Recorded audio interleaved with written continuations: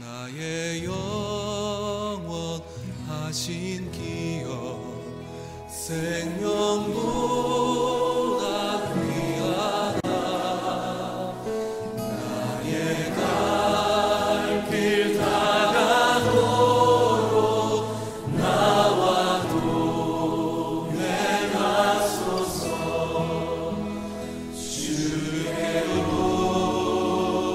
가까이 주께로 가오니 나의 갈 길 다가도록 나와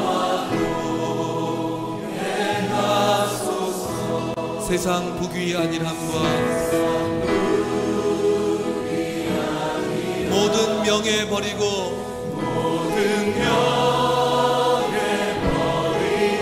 험한 길을 가는 동안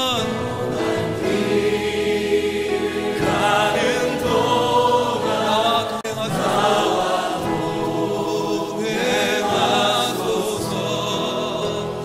주께로 가까이 주께로 가오니 나의 갈 길 다가도록 나와 동행하소서. 어두운 골짜 지나가며 험한 바다 건너서 천국문에 이르도록 나와 동행하소서.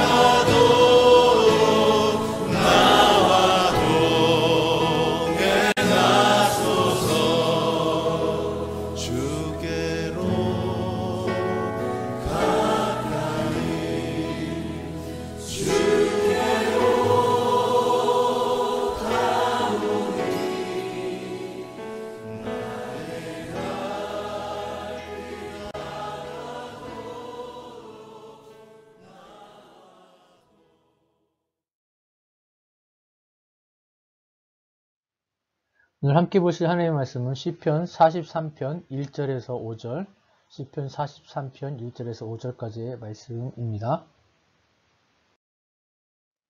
하나님이여 나를 판단하시되 경건하지 아니한 나라에 대하여 내 송사를 변호하시며 간사하고 불의한 자에게서 나를 건지소서. 주는 나의 힘이 되신 하나님이시거늘 어찌하여 나를 버리셨나이까? 내가 어찌하여 원수의 억압으로 말미암아 슬프게 다니나이까? 주의 빛과 주의 진리를 보내시어 나를 인도하시고 주의 거룩한 산과 주께서 계시는 곳에 이르게 하소서. 그런즉 내가 하나님의 제단에 나아가 나의 큰 기쁨의 하나님께 이르리이다. 하나님이여 나의 하나님이여 내가 수금으로 주를 찬양하리이다.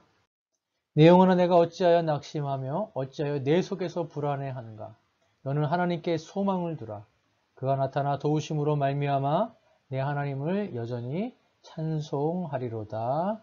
아멘. 하나님의 말씀입니다. 하나님의 말씀의 제목은 선택은 자유다. 선택은 자유자입니다. 어제 본문과 동일한 그 저자가 쓴 시편이 바로 오늘 본문 시편 43편입니다. 도저히 감사할 수 없는 상황, 기뻐할 수 없는 상황에 시편 기자는 처해 있습니다.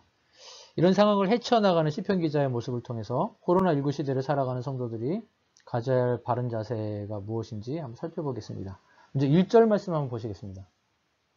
하나님이여 나를 판단하시되 경건하지 아니한 나라에 대하여 내 송사를 변호하시며 간사하고 불의한 자에게서 나를 건지소서. 여기서 그 경건하지 아니한 나라는 그 말 그대로 그 무자비한 나라입니다. 무자비한 나라. 그러니까 어떻게 보면은 그 압살롬일 수도 있고요. 어제 말씀하신 것처럼 그리고 그 포로로 잡혀간 나라의 상황일 수도 있습니다. 그러나 결국은 무엇입니까? 똑같이 일말의 자비도 없는, 이 경건하지 아니한, 그러니까 일말의 자비도 없는 이런 상황에 지금 처해 있다는 것입니다. 정말 고통스러운 상황에 처해 있는 것이죠. 이런 상황에서 시편 기자는 건져달라고 하나님께 기도합니다. 근데 이 상황에서 끝나지 않습니다. 상황은 더 나빠집니다. 2절입니다. 주는 나의 힘이 되신 하나님이시거늘 어찌하여 나를 버리셨나이까. 이 버리셨다라는 말의 의미가, 말씀의 의미는 그 요한계시록에 보면 라오디게아 교회가 나오지 않습니까? 그 교회를 책망하실 때 차지도 않고 덮지도 않다. 그래서 뱉어버린다 그러지 않습니까? 이 뱉어버린다라는 의미입니다. 하나님께서 하나님의 백성을 뱉어버리셨겠습니까? 뱉어버리지 않으셨죠. 그렇지만 그 정도로 힘든다는 겁니다. 하나님께서 나를 그냥 뱉어버리신 것 같이 정말 힘든 상황, 고난의 상황, 낙심되는 상황, 그 두려운 상황에 처해 있다는 것입니다. 이런 상황이라는 것이죠. 그런 가운데서도 시편 기자는 기도합니다. 3절입니다. 주의 빛과 주의 진리를 보내시어 나를 인도하시고 주의 거룩한 산과 주께서 계시는 곳에 이르게 하소서. 주의 빛과 주의 진리. 보통 이 천사를 은유적으로 표현한 겁니다. 천사. 그러니까 천사를 보내셔서 나를 인도하시고 하나님을 온전히 예배할 곳으로 이끌어달라고 시편 기자는 기도하고 있다는 것입니다. 하나님께서 뱉은 것 같은 이런 고난과 역경, 이런 낙심되고 두려움의 상황에서 하나님 주의 빛과 주의 진리를 보내시어 천사를 보내시어 나를 인도하시고 하나님 온전히 예배할 곳을 이끌어 주십시오라고 기도합니다. 우리의 삶에 천사를 보내셔서 인도하시고 큰 기쁨으로 하나님께서 인도해 달라고 바로 시편 기자는 기도하고 있다는 것입니다. 저와 여러분의 삶을 돌아보시면 아마 진짜 천사가 나타나 돕지는 않았지만 천사 같은 분들이 나타나 여러분의 삶을 도운 경험들이 한두 번씩은 있었을 겁니다. 어떤 분은 사업이 어려웠는데 지나가던 어떤 한 사람이 이제 사업체에 들어와서 어느 곳에 가서 해봐라 라는 소리를 듣고 그곳에 갔더니 이제 비즈니스가 이제 대박이라는 표현을 써서 죄송하지만 하여튼 그런 비즈니스가 아주 잘 되는 일들이 있는 분도 있었고요. 그리고 어떤 비즈니스에는 전혀 다른 나라 사람의 종업원이 와서 일을 했는데 그분이 너무 매니지를 잘해서 그 회사가 아주 잘 된 경험도 들었던 적이 있습니다. 어떤 분은 신분 문제로 참 고난 가운데 있었는데 그 신분 문제를 해결해 주는 분이 나타나서 신분 문제를 해결하신 분도 있었고요. 경제적으로 어려웠는데 어떤 분이 나타나서 경제적인 어려움을 해결해 주고 또 건강 문제도 있었는데 건강 문제도 어떤 분이 나타나서 어떤 좋은 의사가 나타나서 또 해결해 줘요. 이런 이 모든 분들이 실제 천사는 아니지만 하나님께서 보내주신 천사가 아니었겠습니까? 여러분들 가운데도 아마 이런 경험들은 한두 번씩 특별히 이민생활 오래 하신 분들 중에는 있으셨을 줄로 믿습니다. 그렇다면 이제 저와 여러분이 바로 이와 같은 천사가 되어서 저와 여러분 주변에 어려운 이웃, 힘든 이웃, 그리고 고난 가운데 있는 이웃들을 섬기고 일으켜 세워줄 수 있어야 되지 않겠습니까? 제가 중고등부 때 이 천사 게임이라는 것을 했었습니다. 한 달에 한 번 누군가의 이름을 뽑습니다. 그래서 여러 모양, 여러 모습으로 제가 뽑은 그 사람을 아무도 모르게 섬기고 위로하고 격려하고 기도해주는 그런 프로그램이었습니다. 그때 저는 외동아들로 혼자 이렇게 컸기 때문에 좀 그때는 몰랐는데 좀 외로웠던 것 같습니다. 근데 이제 그 천사, 누군가가 저를 위해서 기도해주고, 이제 선물도 주고, 편지도 써주는 게 참 큰 힘이 되고, 위로가 되고, 참 그랬었습니다. 큰 걸 해줘서가 아니라 그 존재만으로도 힘이 되고, 위로가 되고, 격려가 됐었던 경험이 있습니다. 오늘 저와 여러분이 그 천사가 되어서 누군가의 위로가 되고, 격려가 되고, 힘이 되어주는 그런 하루가 되기를 간절히 축복합니다. 이와 같이 우리가 힘들어하는 이 천사가 되면 어떤 일이 벌어집니까? 그리고 누군가가 우리에게 천사가 되어주면 어떠한 일들이 결과가 생기게 됩니까? 4절 말씀입니다. 그런즉입니다. 그런즉 우리가 누군가의 천사가 되어줬더니 그런즉 내가 하나님의 제단에 나아가 나의 큰 기쁨의 하나님께 이르리이다. 큰 기쁨의 하나님. 이 큰 기쁨은 기쁨 중에 가장 큰 기쁨이라는 것입니다. 그러니까 아주 고난의 끝자락에서 정말 괴로워했는데 해방을 맛보는 그 기쁨 있죠. 아주 큰 기쁨입니다. 그냥 기쁨 중에 가장 큰 기쁨입니다. 이 기쁨을 바로 이 기쁨의 하나님께 이룰 수 있게 해준다라는 것입니다. 저와 여러분의 섬김이 고난 가운데 있는, 그리고 고통 가운데 있는 어떤 깊은 영적 침체 가운데 있는 누군가를 일으켜 세워줄 수 있다는 것입니다. 더 나아가 하나님을 나의 하나님이라고 부르는 이 구원의 역사까지 저와 여러분의 작은 섬김을 통해서 일어날 수 있다는 것입니다. 오늘 누구를 위로하시겠습니까? 누구를 격려하시겠습니까? 누구와 함께 하시겠습니까? 지금 생각나는 그분 꼭 오늘 찾아가셔서 위로하시고 격려해 주시고 함께 해 주시기를 축복합니다. 좀 부탁의 말씀 드립니다. 누군가에게 찾아가서 위로하고 격려하실 때 꼭 이래라 저래라는 훈수 두시면 절대 안 됩니다. 그냥 어떤 것을 말해주고 가르쳐주기 이전에 먼저 들어주셔야 됩니다. 그리고 공감해 주시고 그리고 무조건 편이 되어 주시는 겁니다. 무조건 들어주시는 겁니다. 이게 우선입니다. 그리고 그분이 원하신다면 그때 가서 어떤 답을 주셔야지 처음부터 가르치려고 한다면 관계만 더 나빠지고 천사가 아니라 더 마음에 상처를 주는 분이 될 수 있습니다. 그러므로 오늘은 정말 지금 생각나신 그 누군가에게 다가가셔서 그분의 말을 무조건 들어주고 공감해주고 이해해주시는 그런 천사가 되어주셔서 누군가를 그 하나님의 큰 기쁨으로 인도하시는 하나님의 백성들이 되시기를 예수님의 이름으로 축복합니다. 그리고 마지막으로 시편 기자가 하는 고백이 무엇입니까? 명령을 하고 있다는 겁니다. 명령. 나 자신에게 하는 명령. 다른 사람에게 하는 명령이 아니라 나 자신에게 명령을 하고 있다는 것입니다. 우리가 고난과 고통 가운데서 낙심하지 않고 불안해하지 않기 위해서는 내 영혼에게 내가 명령하고 그리고 나의 의지를 사용해서 다시 일어설 수 있어야 한다는 것입니다. 명령할 수 있어야 한다는 것이고 그리고 그 명령에 따라서 우리가 우리의 의지를 사용할 수 있어야 한다는 것입니다. 5절 말씀입니다. 내 영혼아 나에게 명령하는 겁니다. 내가 어찌하여 낙심하며 어찌하여 내 속에서 불안해하는가. 너는 하나님께 소망을 두라. 그가 나타나 도우심으로 말미암아 네 하나님을 여전히 찬송하리로다. 명령의 내용이 뭡니까? 소망을 하나님께 두라는 겁니다. 소망을 하나님께 두라. 즉 하나님만 바라봐라 라는 것입니다. 하나님만 바라봐라. 하나님께서 저와 여러분에게 천사를 보내주시겠지만 안 보내주셔도 우리는 누구만 있으면 됩니까? 하나님만 있으면 사실 되는 겁니다. 그러니 하나님만 바라보라고 명령하라는 것입니다. 우리 자에게 명령하라. 그 결과 저와 여러분은 하나님의 도우심을 경험하게 될 것입니다. 하나님을 바라볼 때. 그리고 여전히 하나님을 찬송하는 경험을 하게 될 것이라는 것입니다. 우리 안에 일어나는 불안의 원인, 이유. 그것은 바로 우리가 하나님을 바라보지 못하기 때문이라는 것입니다.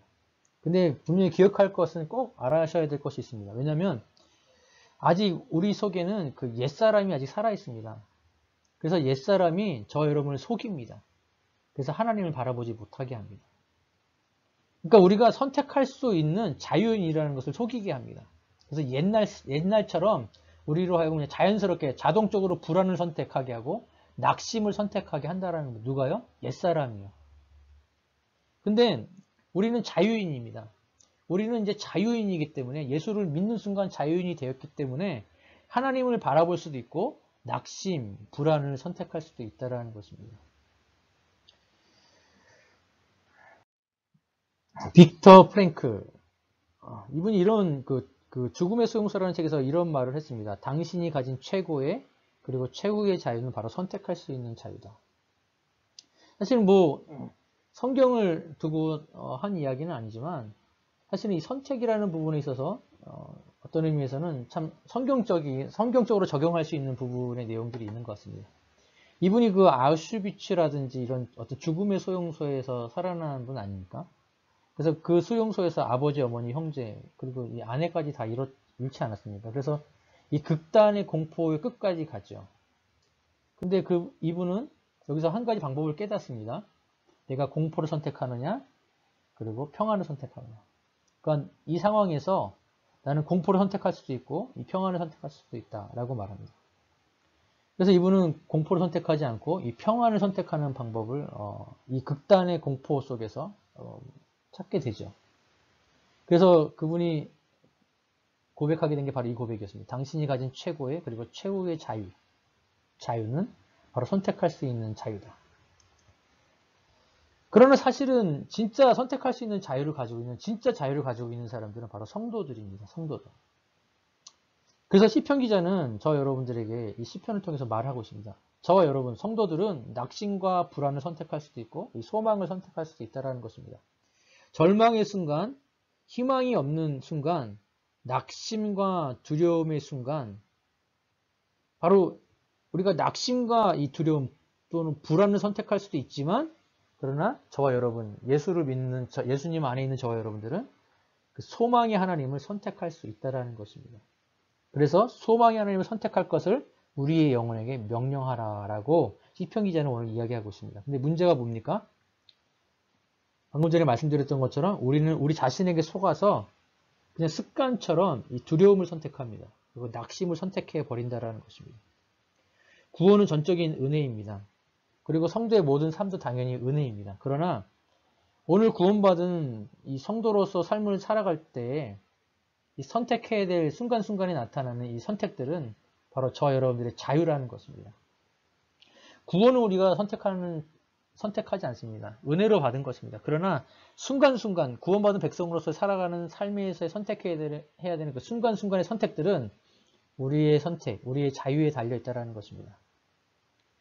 하나님께 소망을 두기를 선택하는가 아니면 낙심, 두려움을 선택하는가, 이것은 우리 자유라는 것입니다.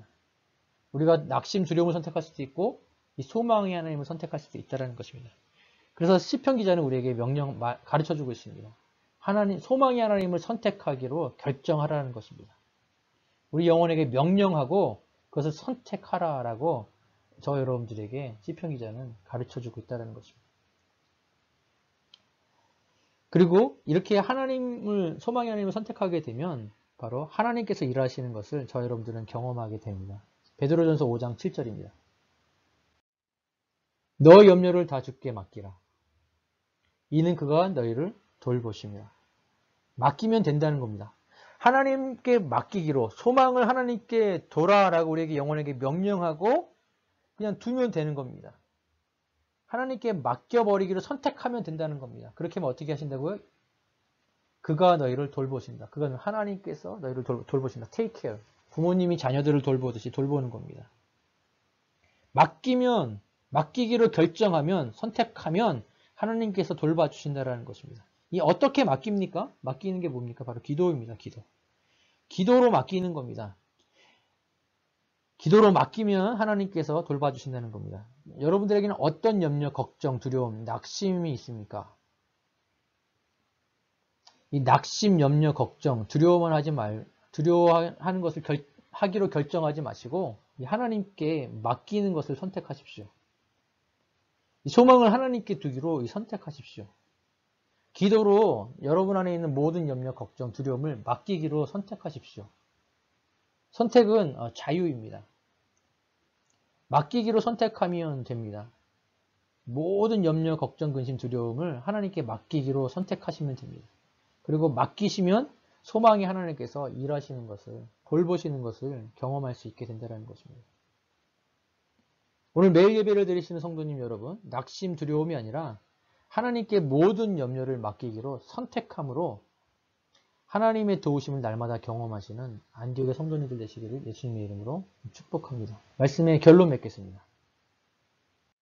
말씀의 제목은 선택은 자유다였습니다.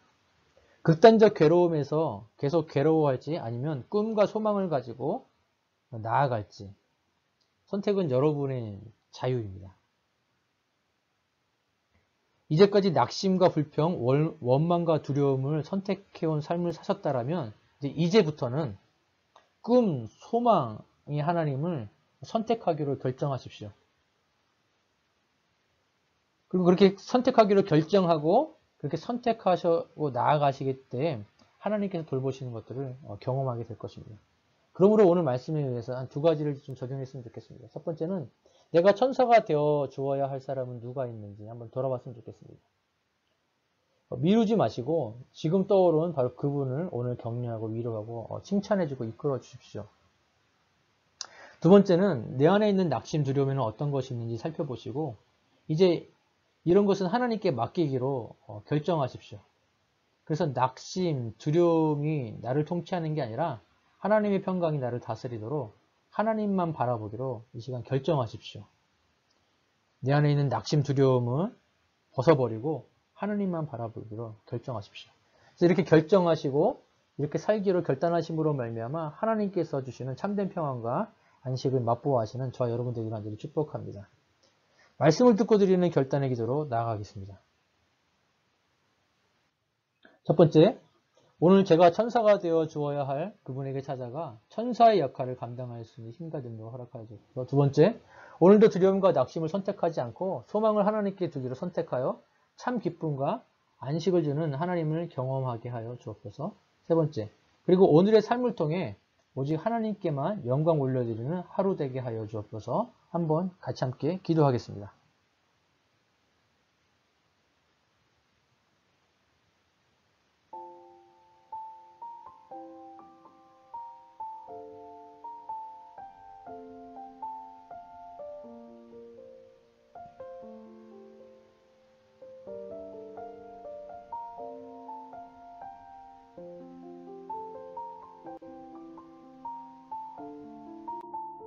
계속해서 수요일에 드리는 공동의 기도로 나가겠습니다.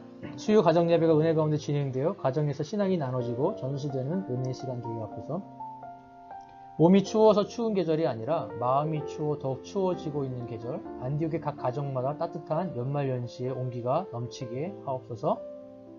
세 번째, 코로나19가 잠잠해지게 하옵시고 천국 영신 예배 가운데 성령 충만한 은혜를 베풀어 주옵소서. 네 번째, 매일 예배와 각종 온라인 예배 강의를 섬기시는 담임 목사님과 교육자들에게 더욱더 성령 충만한 영역과 체력을 허락하셔서 흩어진 성도들의 영적 안전과 건강을 등이 지키고 세워나갈 수 있게 하옵소서. 다섯 번째, 변형된 코로나19가 힘을 잃게 하옵소서. 백신이 꼭 필요한 이들에게 전달되게 하옵소서. 이 땅 가운데 부흥을 주옵소서. 이상의 내용들을 놓고 잠시 기도하시다가 주기도문으로 마치겠습니다. 기도하겠습니다.